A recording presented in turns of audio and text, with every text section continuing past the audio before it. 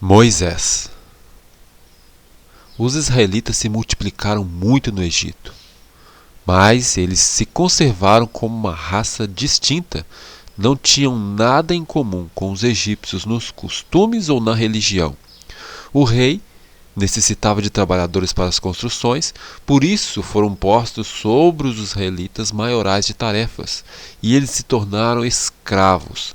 Mas quanto mais os afligiam, mais se multiplicavam. Quando o decreto de matar os meninos estava em pleno vigor, nasceu um menino, filho de Anrão e Joquebede, da tribo de Levi.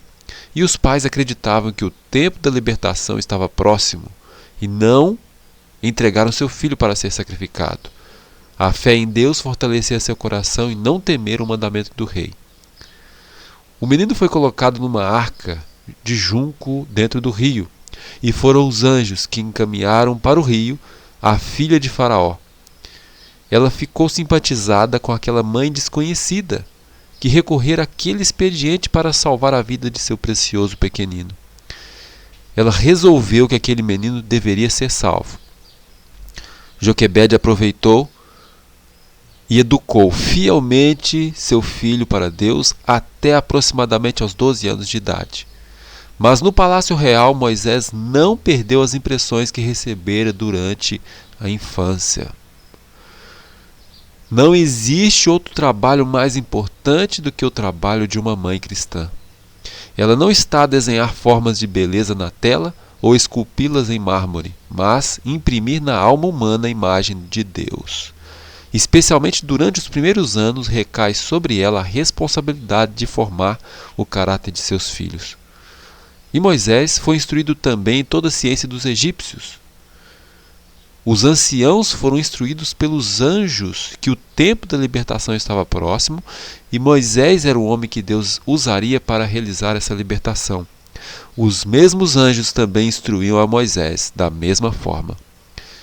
Moisés, como herdeiro presumível, deveria se iniciar nos mistérios da religião nacional, mas ele se recusou a participar do culto aos deuses. Foi ameaçado com a perda da coroa, mas ele foi irredutível. Não houve outro como ele, como historiador, poeta, filósofo, general de exércitos. Mas mesmo assim, ele teve a força moral para recusar riquezas, grandezas e fama, escolhendo ser maltratado com o povo de Deus do que experimentar, por pouco tempo, o gozo do pecado.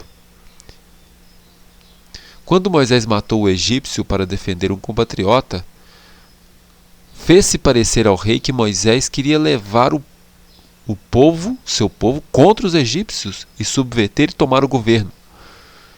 Percebendo o perigo, ele fugiu para a Arábia. O Senhor dirigiu seus passos e ele encontrou acolhida na casa de Jetro, sacerdote e príncipe de Midian, adorador de Deus. Se casou com uma de suas filhas e tornou-se guardador de seus rebanhos durante 40 anos. Matando o egípcio, Moisés caíra no mesmo erro tantas vezes cometido por seus pais, tomar nas próprias mãos a obra que Deus iria fazer. Não era vontade de Deus libertar o seu povo pela guerra, como Moisés pensava, para que a glória fosse atribuída tão somente a Deus. Mas o trabalho que ele tinha com o rebanho estava preparando e tornando compassivo e longânimo, assim como ele deveria fazer com o povo de Israel. Moisés aprendeu muita coisa e agora tinha que desaprender. Muitos jamais atingem a posição que poderiam ocupar porque esperam que Deus faça por eles o que eles podem fazer por si mesmos com o poder que Deus deu. Devem ser adestrados pela mais severa disciplina mental e moral, e Deus os ajudará. Ali, o orgulho e presunção de Moisés foram varridos. Na simplicidade severa do deserto, os resultados do ócio e luxo do Egito desapareceram. Ele se tornou paciente, reverente e humilde e mais manso que qualquer homem sobre a terra. Escreveu ali também o livro de Gênesis. Quando Deus apareceu através da sarça em chamas, Moisés cobriu seu rosto. Todos os que vão à presença de Deus devem ser reverentes. Há alguns que se dirigem ao grande, todo-poderoso e santo Deus, como se fosse um igual ou inferior. E há os que se portam na casa de Deus conforme jamais imaginariam fazer na sala de algum governador terrestre. Se Moisés tivesse confiado em sua própria força e sabedoria e aceito o grande encargo com avidez, ele teria evidenciado que era inapto para a obra de libertar o povo. O fato de que um homem sente a sua fraqueza é a prova de que ele sabe o tamanho da obra designado a ele e de que fará Deus seu conselheiro e força.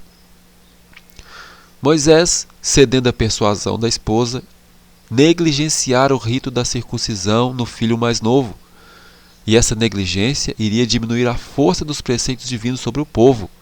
E Zípora, temendo que o marido fosse morto, ela mesma efetuou o rito. Então o anjo permitiu que Moisés prosseguisse com a jornada até o Egito.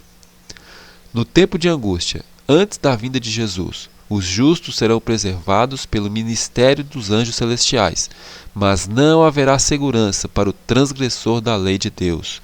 Os anjos não poderão proteger aqueles que estão desrespeitando um dos preceitos divinos.